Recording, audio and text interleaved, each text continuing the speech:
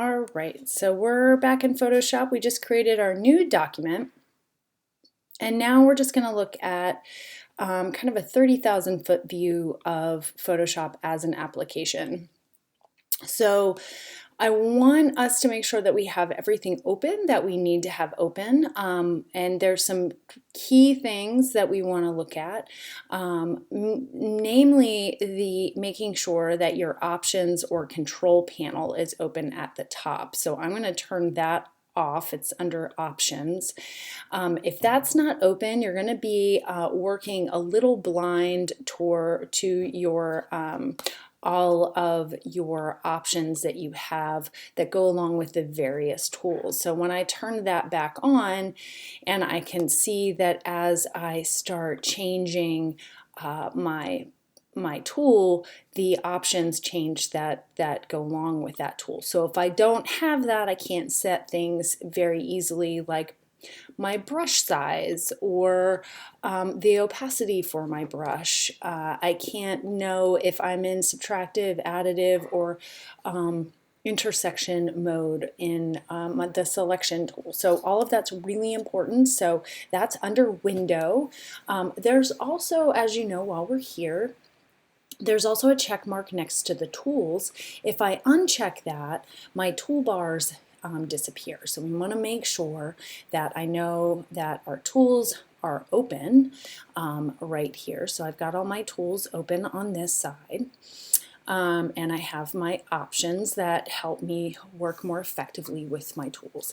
And then the other thing that we want to look at is to make sure that we know how our panels work. Now, you'll notice when I go back to window, there's all of these check marks next to things that are open, so we're in an application frame, meaning that the tools, the panels, and the options are all docked together with the actual window of the file. So this being my file here, and that so all of that is kind of docked together and it's joined. That's kind of preferable, especially if you're working with, like I do very often, a number of different applications. So it keeps me from accidentally clicking into Illustrator or Microsoft Word or Chrome. So I would suggest having that. You'll also notice that I've got a whole lot of panels. These are my panels from 3D down to version history. All of those are various panels. The ones that have checks next to it are ones that are open, like the character panel, and active. That's meaning that it's forward and I can see it. But you'll notice that I also have a paragraph tabbed in there and glyphs. That does not have a check mark next to it. That is because it is not active. So if I click on glyphs right now, that's going to activate glyphs, bring it forward, but it doesn't close the character panel. So it's important to note that these check marks mean that it is active and open. So really, really important to know that. So, and it's also important to note that, oh gosh, I accidentally closed my my character, or let's pick one that's not open at all. My brushes, oh my gosh, my brushes are closed. Where did they go? I need them. I can just simply go to my Windows palette and click on brushes and it will open up. So, and I can pull these off and have them be floating tabs. I can pull the tabs off and undock them. I can pull them back and see that blue highlight coming up. That's going to put them back together. And then if I wanted to close this completely, I can just click the X button and it will close. I can reopen that. And notice it opens up just where it was. It didn't open up where it was docked here. I can also collapse into an icon mode. So it's this little teeny thing. And then I can click that double arrow again and open it back up. So let's say I wanted to put it back. I had it open because I wanted to make it really big and work on it for a little bit, but I actually still want it open. I don't want it closed, but I want it out of my way. So I could either put it in this dock, see the highlight, it's going to go there, but it's going to pop open So it's actually docked next to it. I don't really want it there. I'm going to pull that and put it underneath. So that way, when I open it up, I've got these, the history, color, and swatches tabbed together, and then I have my brushes and brush settings tabbed together, and I can collapse both of those. I can also, so I can move them so they're in separate columns, separate rows. I can dock them together, so I could open up, let's say with my layers, I might also want the info in there. So I might want my info, and I might pull that out and say, you know, I'm just going to tab that over so it's in the same tab with layers, because that way it can just pop back and forth. I don't know if I necessarily do that, but that's an example of something I might do. So we've got that here. So we've got our panels. We can open and close our panels, reorganize our panels, all of those good things. And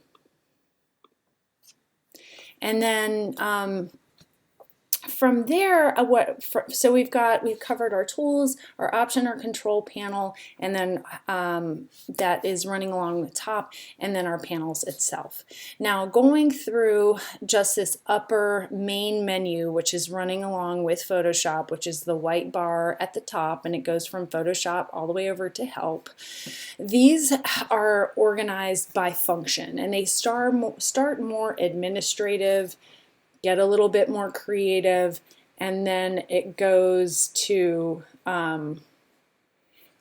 more back kind of to a more administrative type thing. So Photoshop, this is a little different. I will want to note that if I think all of us are working on Macintosh computers or and Apple devices, but if you're working on PCs, this is going to look a little different.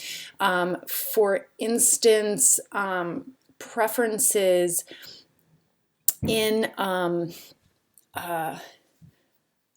on the PC version of Photoshop, the preferences actually exist under the edit window. So it's the little things like that that are different, and then your keyboard commands are obviously a little different in on a PC platform.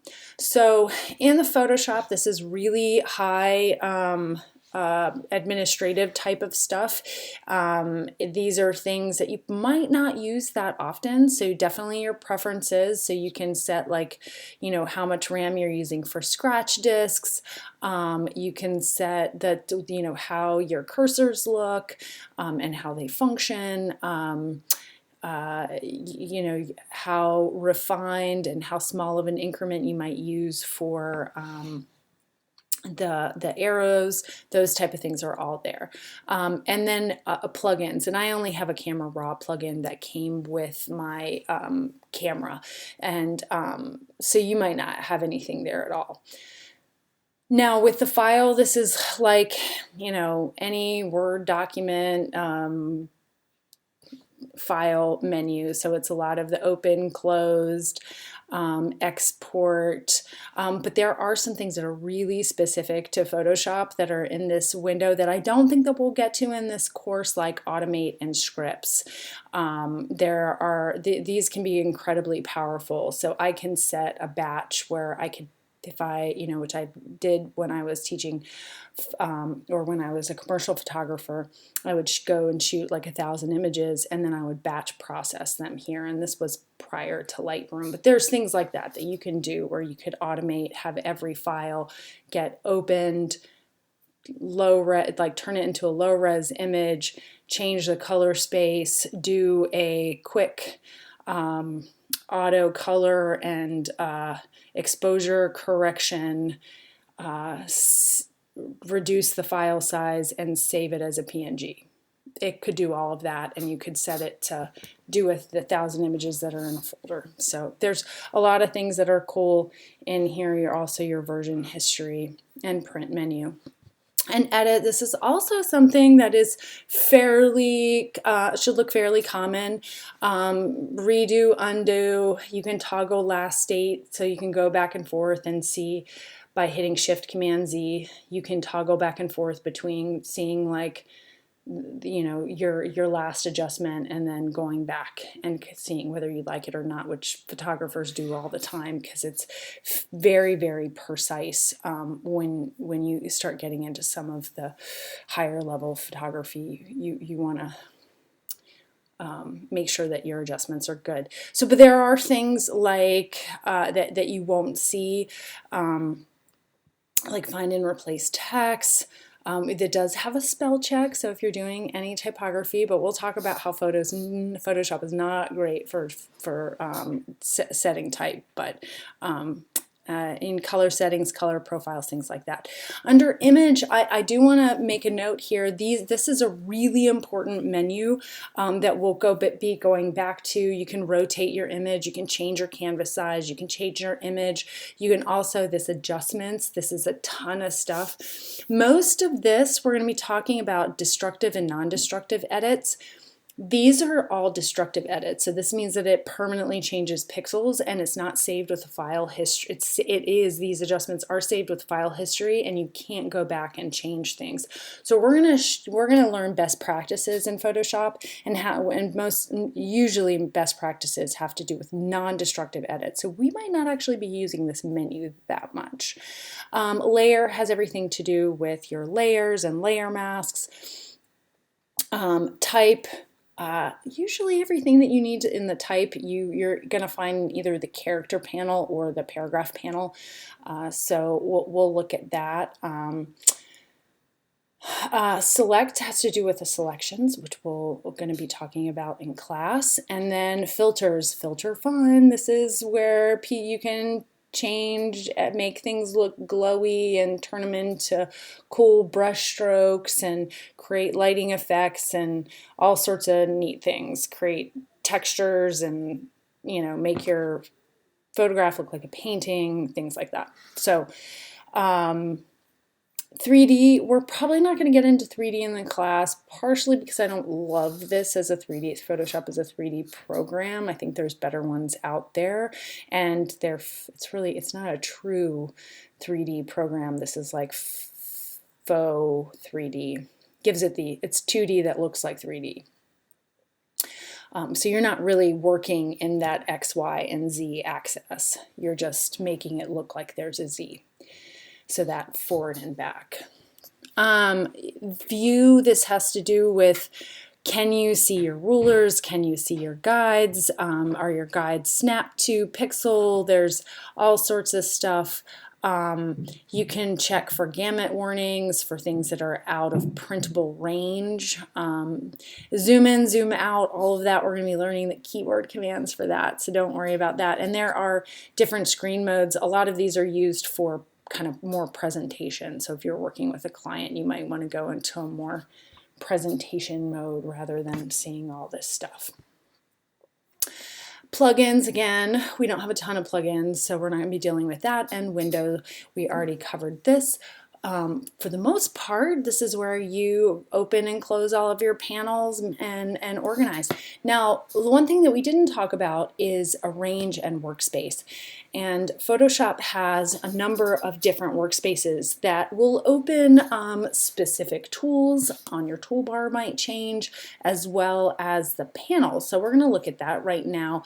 I'm going to go to Essentials, and you'll see that everything's kind of changed. Even the format of my page is changed. And so I have the panels that are open right now: layers, channels, past, library, adjustments, history, brushes, and brush settings. And this should be properties. So you always have your properties and adjustments open at the same time. And in every space that you work in, workspace that that you're going to be working in, you should always have layers open. That's essential to working in Photoshop.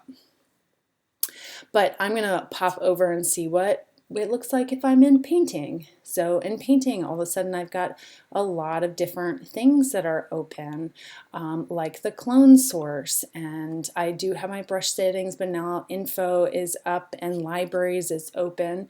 It's a lot of the similar ones. They're docked differently. and they're organized a little bit differently. You have swatches now, because a lot of times when you're working in a paint mode, you want to have be working from specific color swatches rather than just process colors. And so if I move over to photography, you'll see again this changes. So it might look closer to essentials, but I have things like my channels and paths are different. Version history, I have my histogram, which is really important with when working in photography, and then and the navigator, of course. So things, and I also have my seemingly oddly, this is also has that character and paragraph panel open in here as well. So that is kind of a 30,000-foot view of Photoshop. I hope that helps you as you navigate through.